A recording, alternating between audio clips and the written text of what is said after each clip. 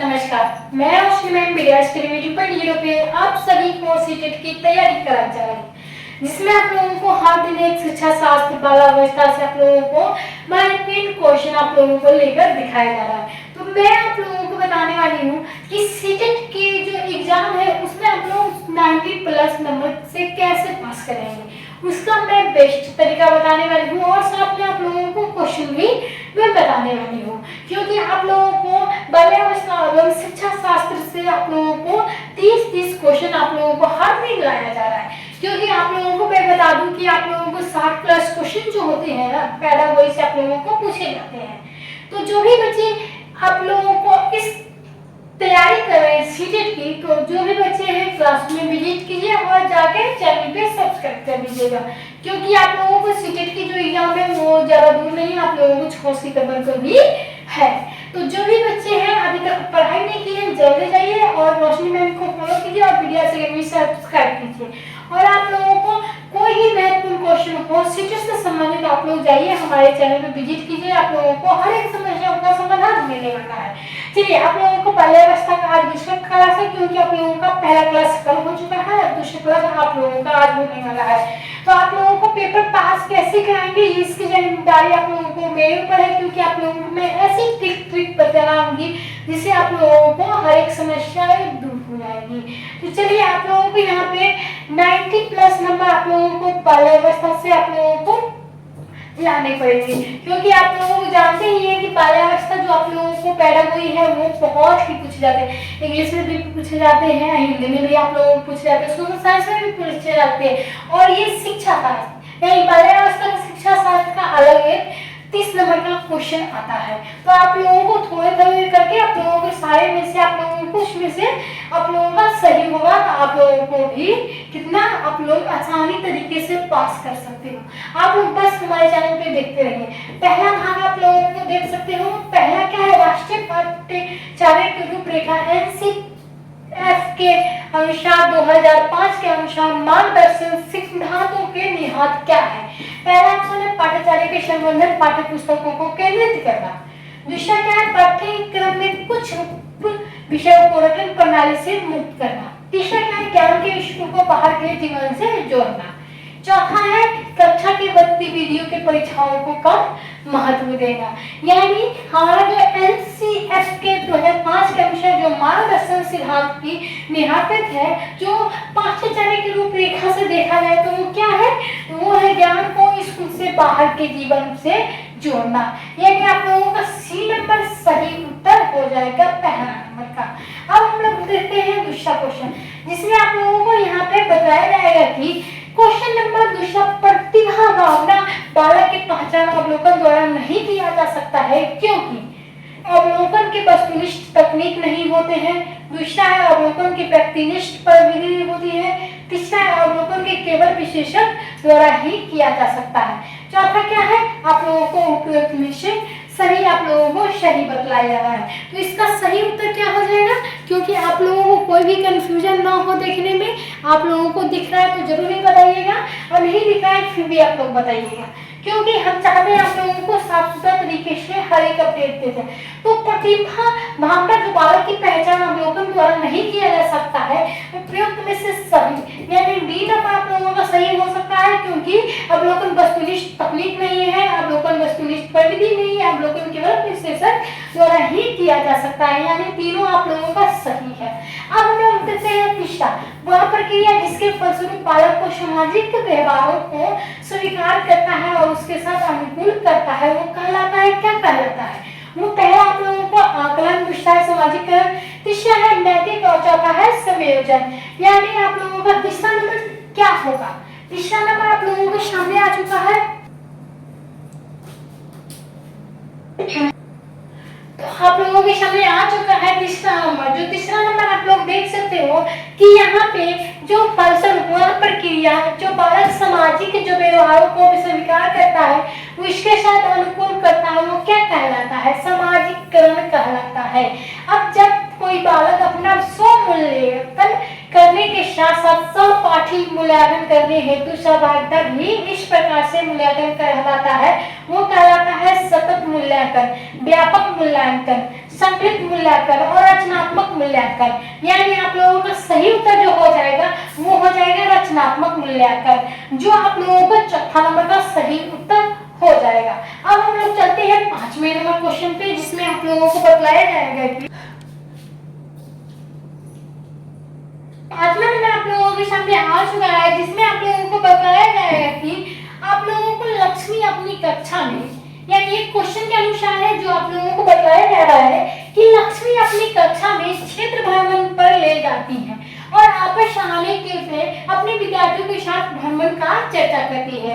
यानी कोई भी जगह पे अगर घूमने जाते हैं तो उसकी क्लास में आके क्या किया, तो चर्चा उन्होंने किया, तो उसका जो सीखने के आकलन, यानी सीखने के लिए आकलन, सीखने के लिए सीखना, यानी आकलन के लिए सीखना और आकलन के लिए सीखना, इसका सही उत्तर क्या हो जाएगा। यानी लक्ष्मी अपनी कक्षा में जाएगी तो अपने बारे में घूमने गई है, वहां की बातों पे चर्चा करेगी, तो क्या होगा, सीखने के लिए आकलन है। यानी पहला नंबर आप लोगों का सही उत्तर हो जाएगा। छठा नंबर क्या हो जाएगा, प्रतिक्रियात्मक समाजीकरण की अवस्था को कहा जाता है। यानी शैशव व्यवस्था को कहा जाता है, बाल्य अवस्था को कहा जाता है, किशोर अवस्था को कहा जाता है और प्रौढ़ व्यवस्था को कहा जाता है। इनमें से आप लोगों का सही उत्तर क्या हो जाएगा, तो आप लोगों का सही उत्तर हो जाएगा जो समाजीकरण अवस्था के अनुसार है वो हो जाएगा बाल्य अवस्था को। सातवां क्या है, जिन प्याजे के अनुसार विकासात्मक बदलाव की प्रक्रिया को निम्न में से किन विशिष्ट संज्ञात्मक प्रक्रियाओं द्वारा घटित होती है, जो अनुभवों एवं सामाजिक संप्रेषण के द्वारा होता है, समावेश एवं संयोजन के द्वारा होता है, परिपक्वता और अनुभव के द्वारा होता है और सामाजिक संप्रेषण एवं परिपक्वता के अनुसार होता है। जिसमें आप लोगों को जिन प्याजों के अनुसार आप लोगों को यहाँ पे बतलाई गई है कि आप लोगों को कौन कौन से जो प्रक्रिया और बदलाव होते हैं उसके बारे में आप लोगों को समझाया जा रहा है। जिसमें हमें क्या होता है, तो आप लोगों के सामने आ चुकी है जीव प्याजे के विकासात्मक बदलाव के प्रक्रिया जो समावेशन एवं संयोजन की विकास करता है और बदलाव करता है। अब हम लोग क्या करते हैं, 8वें नंबर जो है आप लोगों को थोड़ा ऊपर, जो आप लोगों को ले जाना पड़ेगा क्या, सबसे ऊपर। अब हम लोग क्या करेंगे, 8वें जो है निम्न में से कौन से बुद्धि परीक्षण के लिए प्रयुक्त प्रक्रियात्मक परीक्षणों से है। पहला है शिकागो क्रियात्मक परीक्षण, दूसरा है आर्मी अल्फा टेस्ट, तीसरा है पैरा टेस्ट भूल-भुलैया परीक्षण और चौथा है बिनो साइमन परीक्षण। यानी क्या है कि बुद्धि परीक्षण के वैविधता क्रियात्मक में क्या परीक्षण लिया जाता है। यानी तीसरा आप लोगों का सही उत्तर हो जाएगा पैरा टेस्ट यस भूल-भुलैया परीक्षण, जो आप लोगों का सी नंबर सही उत्तर हो जाएगा। 9वां क्या है, अधिगम के सिद्धांतों एवं उनके प्रत्यक्ष का युग्मक सही नहीं है। कौन सा युग्म इसमें से सही नहीं है, जिसका हमें सही उत्तर समझना है। अन्वेषण में सिद्धांत जैरोम एवं एस पूरन के अनुसार है। सात्विक अधिगम जो प्राप्त अधिगम है वो सिद्धांत आशुबेल के अनुसार है। प्राकृतिक तथा जो क्षेत्र सिद्धांत कट फ्लेमिंग के अनुसार है और कर्क सिद्धांत जो कर्क के अनुसार है। अब आप लोगों को देखना है कि इसमें से कौन सा सही युग्म है जो हमें सही दिखना पड़ेगा, जो हम लोगों को 9वां नंबर सही उत्तर होने वाला है। जिसमें आप लोगों का 9वां नंबर का सही उत्तर क्या हो जाएगा, तो इसमें से अनुकरण सिद्धांत जो कलाट एल के अनुसार सम्मिलित युग में नहीं है, क्योंकि ये सही नहीं है। यानी डी नंबर आप लोगों का सही उत्तर हो जाएगा 9 नंबर का। अब आप लोग देखते हैं 10वें, जो राष्ट्रीय शिक्षा नीति 2020 के प्रमुख विशेषताओं में शामिल नहीं है। आज हम लोग देखते हैं पहला क्वेश्चन जो है, इस शिक्षा नीति के अंतर्गत 2026 तक सकल नामांकन अनुपात के 100% लक्ष्य लाने के रखा गया है। दूसरा क्या है, इस शिक्षा नीति के अंतर्गत शिक्षा क्षेत्र में सकल घरेलू उत्पाद 6% हिस्सा को सार्वजनिक व्यय भी रखा गया है। अब हम लोग देखते हैं चौथे और तीसरे, जिसमें हमें क्या क्या है, इस नीति में निर्माण के आंतरिक वैज्ञानिक का प्रमुख योगदान दिया गया है। अब इस शिक्षा नीति के द्वारा जो मानव संसाधन होते हैं वो क्या होते हैं, विकास का मंत्रालय है। यानी इसमें से जो शिक्षा नीति यानी राष्ट्रीय शिक्षा नीति जो 2020 के अंदर शामिल नहीं है वो क्या है, इस शिक्षा नीति में अंतर्गत वर्ष 2026 के सकल काम अनुपात के 100% लक्ष्य के रखा गया है। ये क्या है, शामिल सही नहीं है विशेषताएं। अब हम लोग चलते हैं 11वें नंबर पे, जिसमें आप लोगों को 11वां नंबर जो आप लोगों के सामने आ चुका है, आप लोगों को थोड़े थोड़े यहाँ पे पेज का टुकड़े मिले होंगे, क्योंकि आप लोगों को मैं बता दूं कि हम एक किताब से ये नोट्स लाए हैं जिसमें आप लोगों को सही पिछले वर्षों को दिखलाया जा रहा है, क्योंकि आप लोगों को हर एक पिछले बार का रिवीजन कोई नहीं करा सकता, बस हम करा सकते हैं। इसलिए हमें क्या करना है, आप लोगों को 11वां नंबर क्वेश्चन नंबर जो आप लोगों को है उस पर हम लोग ध्यान देना है। यहाँ पे चल सकते हैं कि आप लोगों का 11वां नंबर जो आप लोगों का क्वेश्चन है वो है निम्नलिखित में से दिव्यांग ध्यान देने के कार्य में लंबी अवधि भागीदारी में को बनाए रखने की चुनौतियों का कारण बनती है। पहला क्या है, ध्यान अवधि क्रियात्मिका, दूसरा क्या है, लेखन वाक्य, तीसरा क्या है, पठन वाक्य, चौथा क्या है, दृष्टि क्षेत्र। यानी इसका सही उत्तर क्या हो जाएगा। अब हम लोग चलते हैं कि हमें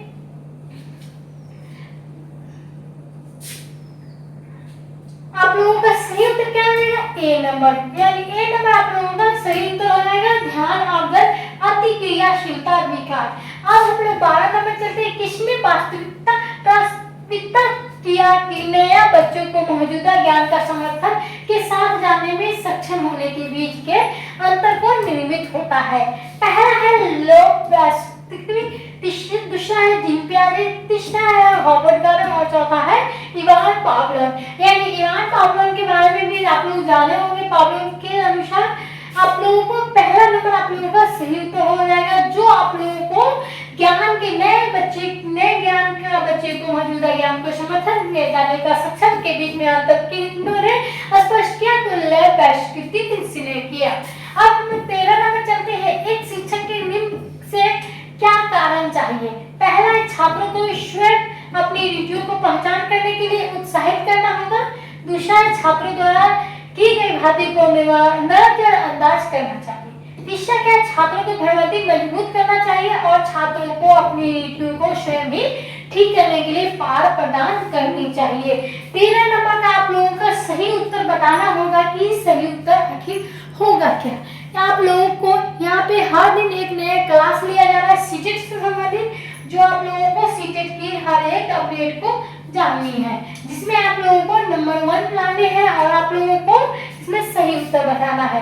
तो एक शिक्षक को निम्न में से क्या करना चाहिए, छात्रों को अपनी रुचियों को स्वयं ही ठीक करना के लिए पार प्रदान करनी चाहिए। यानी 13 नंबर का डी सही उत्तर हो जाएगा। अब हम लोग चलते हैं 14 नंबर पे, यानी 14, 15, 16 पे हम लोग चलेंगे। फिर आप लोगों को क्लास 2 और सेकेंड क्लास आप लोगों को बेहतरीन तरीके से बतलाया जाएगा। आप लोगों को यहाँ पे 14 नंबर जो है, एक नए विषय को परिचय देते शिक्षक को ऐसे प्रश्न पूछने चाहिए जो छात्रों को पूरी तरह अपरिचित क्षेत्र से हो और उनकी संज्ञानात्मक क्षमताओं से काफी परे हो। तीसरा क्या, पढ़ाए जाने वाले विषय को संबंधित न हो, अध्ययन किए जाने वाले विषय को छात्रों को पूर्व ज्ञान से जोड़ते हो। यानी एक शिक्षक कैसा परिचय देते हैं कि पढ़ाए गए प्रश्न को पूछने के लिए उन्हें क्या करना होगा, तो उन्हें जो डी नंबर है अध्ययन किए जाने वाले विषयों के छात्रों को पूर्व ज्ञान से जोड़ते हैं, इसीलिए उन्हें पढ़ाए गए प्रश्न को पूछना चाहिए। यहाँ पे 14 नंबर का डी नंबर सही उत्तर हो जाएगा। 15 का जानते हैं, बालक का शक्ति वह अंश है जो किसी काम नहीं आता है और वह खेल के माध्यम से बाहर निकाल दिए जाते हैं। पहला है आंतरिक शक्ति का सिद्धांत, दूसरा है क्षतिपूर्ति का सिद्धांत, तीसरा है बाल्य विकास का सिद्धांत और चौथा है अधिगम का सिद्धांत। यानी 15 नंबर आप लोगों का जो क्वेश्चन है वो आप लोगों को यहाँ पे बताया गया है कि जो किसी काम का नहीं होता है वो खेल के माध्यम से बाहर निकाल दिया जाता है। इसका जो सही उत्तर हो जाएगा वो क्या हो जाएगा, आप लोगों के सामने यहाँ पे एक ट्रिक भी बताऊंगी, लेकिन आप लोगों को धीरे धीरे यहाँ पे जो आंतरिक शक्ति के कारण सिद्धांतों के अनुसार यह निकाल दिए जाते हैं, इसी के आंतरिक सिद्धांत कहते हैं। ये आप लोगों का ए नंबर सही उत्तर हो जाएगा। सॉरी, आप लोगों का ए नंबर 15 नंबर का सही उत्तर हो जाएगा। अभी कथन यानी 16 नंबर पर चलेंगे। अभी कथन ए स्कूल बच्चों के अकादमिक संप्रदाय के आंतरिक मूल्य एवं धारणाओं भी सीखते हैं। स्कूल के सामाजिक आर्थिक द्वितीय प्रवृत्ति संस्था भी है, यानी आर ए। यहाँ पे ऑप्शन दिया गया है ए आर दोनों सही है, आर एक की सही व्याख्या करता है। ए आर दोनों सही है और आर एक का सही व्याख्या नहीं करता है। आर ए दोनों सही है लेकिन आर गलत है, आर ए दोनों गलत है। यानी यहाँ पे एक आप लोगों को ट्रिक बताएगा कि जहाँ पे व्याख्या करता है ए आर या आर ए का सही व्याख्या करता है, ये सही होता है हमेशा ही। इसीलिए आप लोगों का ए नंबर सही उत्तर हो जाएगा 16 नंबर का। अब हम लोग चलते हैं थोड़ा ऊपर, क्योंकि आप लोगों को यहाँ पे हर एक ट्रिक हर एक माध्यम से नहीं बताया जाएगा, क्योंकि पढ़ाई का माध्यम है और सीटेट की बात है, क्योंकि आप लोगों को 90 प्लस नंबर लाना है। तो अच्छे तरीके से क्लास को लाइक करिए, फॉलो करिए और चैनल को सब्सक्राइब कीजिए। यहाँ पे वंचित एवं पिछड़े वर्ग के विद्यार्थियों को शिक्षार्थियों के निम्न किसका नकारात्मक प्रभाव है? पहला है प्रबंधकों को, दूसरा है ज्ञान का स्थानीय संरचना को समझ के अभाव का, तीसरा है अवरोही पाठाचार्य को, चौथा है स्थानीय संस्कृति एवं भाषा के आधारित पे। पहला दूसरा तीसरा, पहला दूसरा चौथा और पहला दूसरा तीसरा चौथा, इसमें से कहीं सही होगा। आप लोग चैनल पे विजिट कर रहे हैं, आप लोग बताइए कि इसका सही उत्तर क्या हो जाएगा। इसका सही उत्तर आप लोगों को पता हो तो जरूर भी बताइएगा कि इसका सही उत्तर क्या हो जाएगा। तो यहाँ पे आप लोगों को क्या हो जाएगा? पूर्वाग्रहों का ज्ञान का स्थानीय संरचना को समझ करना अभाव और अवरोही पाठाचार्य, यानी बी नंबर आप लोगों का सही उत्तर हो जाएगा। आप लोगों के सामने आ चुका है अब 18वां क्वेश्चन। आप लोगों के सामने आ चुका है 18वां क्वेश्चन, जिसमें निम्नलिखित में से कौन सा प्रेरणा स्रोत के प्रेरणा का प्रकार का सही मूल्यांकन है? यानी सही मिलान क्या है? जिज्ञासा एवं आंतरिक प्रेरणा। दूसरा है समकक्षायन सहारना, आंतरिक प्रेरणा। तीसरा है शिक्षक प्रशंसा यानी आंतरिक प्रेरणा। चौथा है मैच ट्रॉफी। इनमें से क्या सही उत्तर है? जो प्रेरणा के स्रोतों से प्रेरणा का प्रकार का सही मिलान खोजना है। आप लोगों के सामने जिज्ञासा क्या है? जिज्ञासा कोई भी चीज करने की जिद, यानी जिज्ञासा क्या होता है? अंदर से होता है, यानी आंतरिक प्रेरणा सही मिलान है, तो इसका सही उत्तर क्या हो जाएगा? ए हो जाएगा। दूसरा क्या है? प्रसिद्ध मनोविज्ञानी जिन पियाजे के अनुसार ज्ञानेंद्रिय का विकास किस अवस्था में होता है? पहला व्यवहारिक क्रिया व्यवस्था, दूसरा है संवेदना स्थिति अवस्था, तीसरा है विवेचना रहित विचार अवस्था, चौथा है संकल्पना एवं प्रक्रियात्मक विचार की तैयारी अवस्था। अब हम लोग देखते हैं कि प्रसिद्ध मनोविज्ञानी जो जिन पियाजे के अनुसार ज्ञानेंद्रियों का विकास किस अवस्था में होती है? आप लोगों का सही उत्तर हो जाएगा संवेदनात्मक स्थिति अवस्था में होती है। जो जिन पियाजे के अनुसार ज्ञानेंद्रियों का विकास जो होता है वो संवेदनात्मक स्थिति की अवस्थाओं में किया जाता है।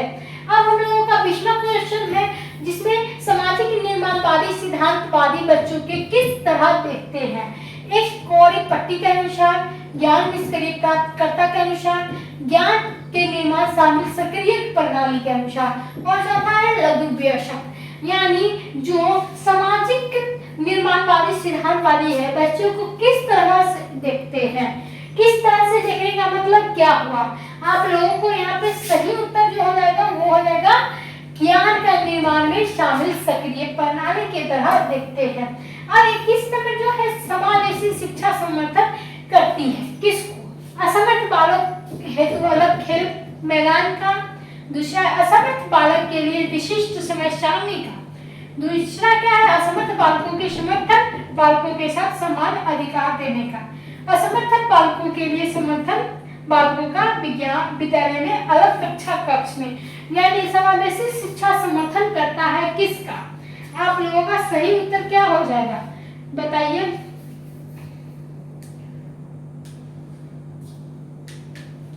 आप लोगों का सही उत्तर आप लोगों के सामने है। आप लोगों का किसका सही उत्तर हो जाएगा?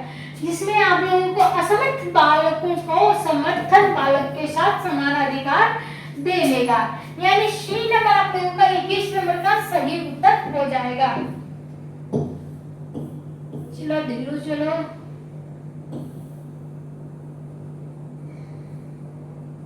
यहाँ पे देख सकते हो कि सीटेट में आप लोगों को कितनी महत्वपूर्ण क्वेश्चन है, क्योंकि यहाँ पे 150 क्वेश्चन होते हैं एमसीक्यू की 150 नंबर के।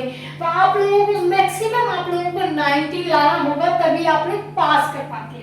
तो कितना टॉप एग्जाम है आप लोग जानते ही हैं, क्योंकि यहाँ पे जो 22 नंबर है विकास के शीर्षगामी सिद्धांतों को प्रतिपादित करता है कि विकास सिर से पांव तक होता है, विकास केंद्र के छोरे तक होता है, विकास पैर से लेकर सिर की ओर होता है और विकास छोरे से केंद्र की ओर बढ़ता है। विकास का शीर्षगामी जो सिद्धांत होता है वो किस प्रकार से होता है, क्योंकि आप लोगों को मैं बार बार इसलिए देखती हूँ कि आप लोगों का जो भी वीडियो बने, आप लोगों का क्लास चल रहा है कि आप लोगों का सही सही दिख रहा है या नहीं। आप लोग जरूर बताइएगा, क्योंकि आप लोगों को कोई भी दिक्कत नहीं होनी चाहिए। क्योंकि यहाँ पे विकास शीर्षगामी जो सिद्धांत के प्रतिपादित होता है कि विकास सिर से लेकर कहाँ तक होता है, पांव तक होता है। यानी आप लोगों का ए नंबर 22 नंबर का सही उत्तर हो जाएगा। आप हम लोग क्या करेंगे, पूर्व बाल्यावस्था का विकास जिन सामाजिक विशेषताओं को अभिप्राप्त करता है और विकास होता है उनमें प्रमुख नहीं होता है। अनुकरण, सभ्यता, परिपक्वता और खेल, क्या इसका सही उत्तर हो जाएगा। यानी पूर्व बाल्यावस्था जो बालक के जिन सामाजिक विशेषताओं को अभी बात का विकास होता है वो उनमें प्रमुख नहीं होता है, वो कौन सा सही उत्तर हो जाएगा। यानी सी नंबर परिपक्वता यानी नहीं होगा, जो सामाजिक विशेषताओं को अभिव्यक्ति के विकास में होता है वो परिपक्वता नहीं होता है। अब हम लोग चलेंगे 24 नंबर क्वेश्चन पे। यानी 24 नंबर जो आप लोगों का क्वेश्चन हो जाएगा वो हो जाएगा, आप लोगों को किसी छात्र के भावी जीवन की सफलता, प्रसन्नता, कुशलता काफी हद तक समस्याओं का समाधान पर निर्भर करती है। अतः शिक्षक को चाहिए कि वह छात्रों को समस्याओं का समाधान कराते समय ध्यान रखें। क्या करें, ध्यान रखें। पहला समस्याओं का महत्व का, दूसरा है अव्यवस्थित तत्वों का मूल्यांकन करने का, तीसरा है तत्वों के असंगठित करने का और चौथा है उपयोग में से सभी बच्चे बहुत ही कंफ्यूज हो जाते हैं उपयोग में से सभी को सही करने में।